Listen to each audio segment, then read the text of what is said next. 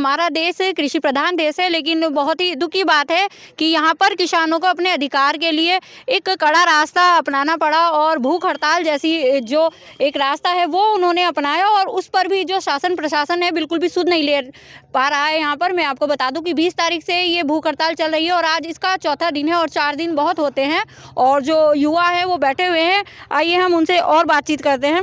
यही आपका? सुमित कुमार। अच्छा, तो सुमित जी, आप भी यहाँ पर 4 दिन से भूख हड़ताल पर बैठे हुए हैं? हाँ जी। जी, तो ये बताइए, ये अभी हमें बताया कि गन्ना जो सेंटर है वो परिवर्तन कराना चाहते हैं, क्या कारण है, क्यों परिवर्तन करा रहे हैं? एक तो पेमेंट टाइम पर नहीं मिलता जी। और बिलाई मिल लोगों के साथ जो अधिकारी हैं उसके इतनी बदतमीजी से पेश आते हैं कि ऐसा शायद बाप भी अपने बच्चे को ना डांटता हो। अच्छा। तो किसानों का पूरा उत्पीड़न करते हैं। अच्छा, भिलाई मिल द्वारा? बिलाई मिल द्वारा। पेमेंट की सबसे बड़ी समस्या पूरे जहाँ भी उनके गन्ना सेंटर हैं, जहाँ से भी गन्ना खरीदते हैं, सभी के सामने ये बनी हुई है। जी। तो इसी वजह से यहाँ बैठना पड़ा धरने पर। 2 साल से लड़ाई ये लड़ी जा रही है। पूरे ज़िले को पता, लखनऊ भी पता, दिल्ली भी पता, तो सभी अधिकारियों को पता है। अब जब कहीं कोई सुनवाई नहीं तो भूख हड़ताल का सहारा लेना पड़ा। भूख हड़ताल पर बैठ गए, या तो प्राणी चले जाएंगे, अपना वो सेंटर जहाँ लगाएंगे फिर उसके बाद अपना लगा ही लेंगे। तो ये बताइए, आप लोग 4 दिन से यहाँ पर बैठे हुए हैं और काफ़ी संख्या में यहाँ पर महिलाएं भी हैं, तो क्या कोई अधिकारी वगैरह आए अब तक? अधिकारी ऐसा कोई नहीं आया यहाँ जो किसानों को समझा सके, संतोषजनक जवाब दे सके। कल डीसीओ साहब आए थे, वो भी देखने के लिए आए थे कि मर रहे हैं या जी रहे हैं, वो देख कर अपना चले गए। कोई आश्वासन उनकी तरफ से? कोई नहीं, वो यही चेक करना आए थे कि अभी ये कितने दिन तक और जीवित रह सकते हैं। जी, कितना लंबा खींच लेंगे इसको? हाँ हाँ हाँ। अब वो उन्होंने आकलन करा होगा कि कब तक जी सकते हैं हम ऐसा। जी।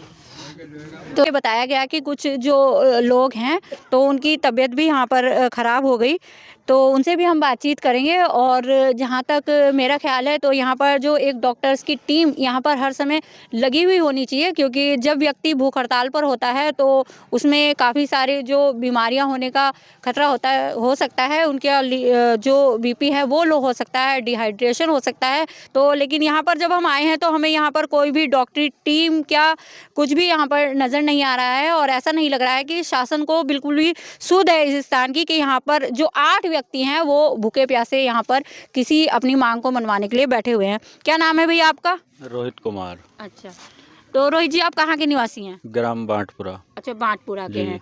तो एक बात बताइए कि जैसे आप लोग यहाँ पर भूख हड़ताल पर बैठे हुए हैं और हमने सुना कि कुछ लोगों की यहाँ पर तबीयत भी खराब हो गई, तो क्या डॉक्टर्स की टीम को भेजा जा रहा है यहाँ पर? डॉक्टर्स की टीम रात आई थी यहाँ, मेरा भी बीपी हाई हो गया था जी। तो रात आए, लेकिन रात के बाद उन्होंने अब तक ये नहीं देखा यहाँ पहुंचकर धरना स्थल पर कि कोई किसी की तबीयत ख़राब है या कोई आदमी जिंदा है क्या है, मतलब किसी तरह का कोई प्रशासनिक अधिकारी भी यहाँ नहीं पहुँचा।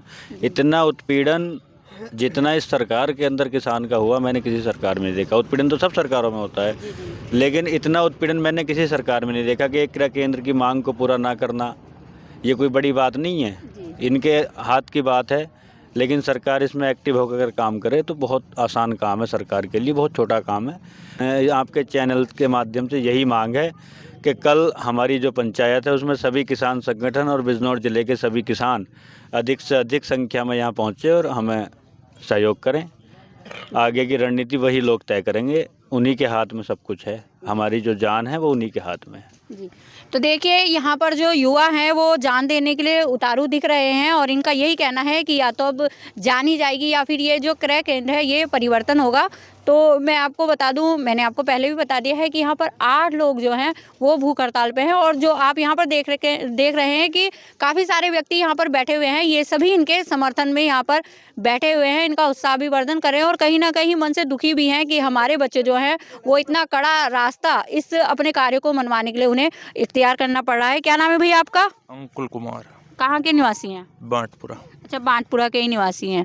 तो ये बताइए अंकुल जी कि अगर ये भूख हड़ताल आपकी सफल नहीं होती है, सरकार नहीं मानती है, तो आगे क्या कदम रहेगा आपका? हम तो बैठे ही रहेंगे, जब मर जाएंगे आप सफल होती फिरेगी, हम तो मारो मरो की स्थिति में।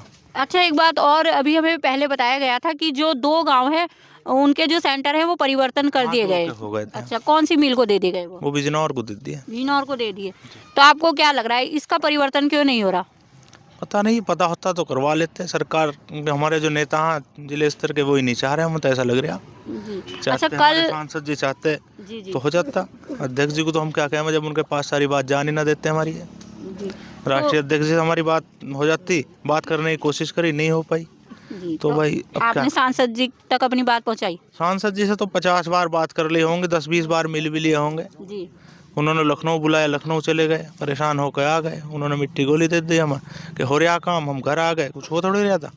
वैसे ही अपना परेशान होकर आ रहे हैं। जी तो देखिए बातचीत से ही पता चल रहा है कि जो किसान हैं वो काफ़ी दुखी हैं इस समय, और उनकी मांग को बिल्कुल सिरे से खारिज कर दिया गया। और इतना कड़ा रास्ता अपनाने के बाद भी यहाँ पर शासन प्रशासन कोई भी ध्यान नहीं दे रहा है। और जो लोग यहाँ पर बैठे हुए हैं उनका कहना यही है कि कोई भी अधिकारीगण इनकी सुध-बुध लेने अब तक नहीं आए हैं। यहाँ पर 8 व्यक्ति जो भूख हड़ताल पर बैठे हैं उनमें से 2 की हालत काफ़ी गंभीर है, और हमें ऐसा बताया गया कि प्रतिक्रिया भी नहीं कर पा रहे हैं, इन्हें उठाकर ले जाना पड़ रहा है। तो ऐसे में यहाँ पर कोई भी डॉक्टर या डॉक्टरों की टीम नहीं है। हमें बताया गया कि शाम के टाइम जो डॉक्टर्स यहाँ पर आए थे, तो ऐसे में यदि किसी की जान माल का नुकसान होता है तो हम यही कहना चाहेंगे, ये पूछना चाहेंगे शासन प्रशासन से कि उसकी जिम्मेदारी कौन लेगा। आखिर क्यों इन किसानों को इतना प्रताड़ित किया जा रहा है कि अपनी जान देने के लिए आमरण अनशन की स्थिति में पहुँच गए हैं। ये देखिए, आपको हम दिखा सकते हैं। ये ऐसा कहा जा रहा है कि इन्हें सुध-बुध भी नहीं है, और ये सुबह से ऐसे ही हैं, जबकि शाम। क्या नाम है भैया, आपका क्या नाम है? मेरा नाम हरिओम शर्मा।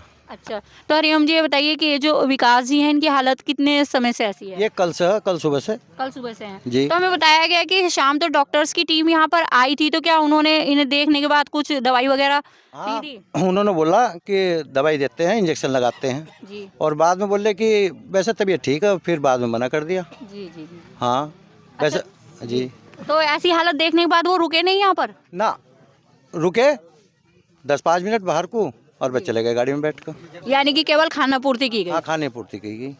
अब कल से तो और भी ज़्यादा रात से, और जो बाहर को ले जाए टॉयलेट कराना, तो 1-2 आदमी साथ जाबो इनके।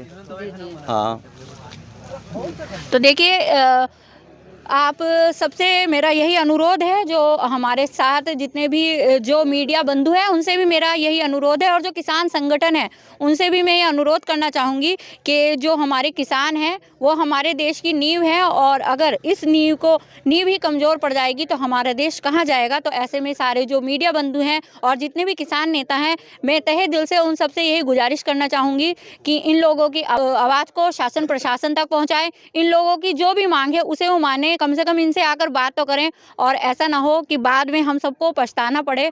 तो मेरा आप सबसे ये अनुरोध है कि कल किसान महापंचायत हो रही है, तो हमारे मीडिया बंधु भी ज़्यादा से ज़्यादा संख्या में आएँ, और जो यहाँ पर किसान नेता हैं और बहुत सारे किसान संगठन हैं वो लोग यहाँ पर आएँ और इन लोगों की समस्याओं को सुलझाएँ। धन्यवाद, नमस्कार।